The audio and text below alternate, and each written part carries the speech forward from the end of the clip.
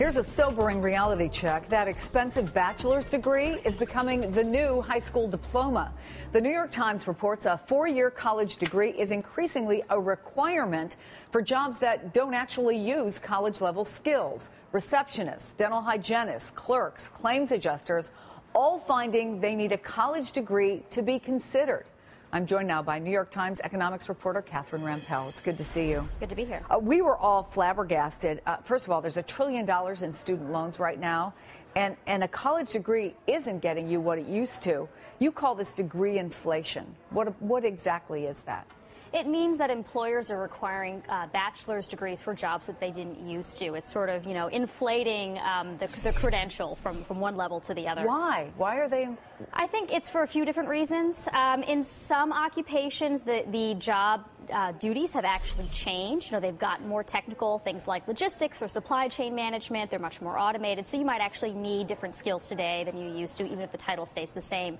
But for most of these occupations, it seems that, there are so many people going to college right now that if you don't go to college, it's assumed that there's sort of something wrong with you, that you must be unambitious or a little slow or something along those lines, that the norms have changed. And B, there's such a huge glut of workers out there that employers know that they can be picky, basically. Yeah, because the norm used to be you didn't want to hire somebody who was overqualified for the position because the minute something else comes up, they're going to leave. Right, and that's changed now because employers know that there are so few opportunities out there. So they know that they can hold on to these people who are overqualified for their jobs because they're grateful to get any job they can. All right, let's talk about the good news, especially for folks out there with big student loans or parents who spend a lot of money trying to help their kids get a better job. There is sometimes an upside. I mean, it does get your foot in the door, so to speak. Oh, right? Absolutely. I mean, if you're talking about, well, is college worth it or isn't it worth it? It's worth it compared to what? I mean, you think about the people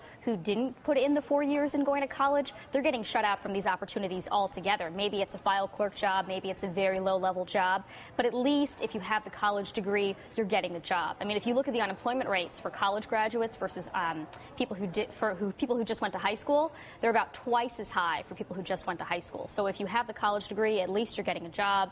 And if the economy picks up, and it will eventually, even if it doesn't feel like it right now, there will be opportunities for growth. You talk about one young woman who was a fashion and retail management graduate, $100,000 in student loans. She's working for $37,000 a year as a receptionist, but she seems happy. Yeah, I mean, her previous opportunities had been working at a retail cash register. She was working at a makeup store. She was working at a bridal boutique, and working at an office is much nicer. She has benefits. She has a steady paycheck. She knows when her hours are going to be. So, yes, she has a lot of debt relative to what she's earning, but she's better off than she would have been if she didn't have that diploma. You do wonder, though, where does this leave people who don't have a four-year college degree? Absolutely. A lot of people are priced out of the market altogether. Catherine Rampell, great article in the New York Times. Thank you so much for coming in. Thank you.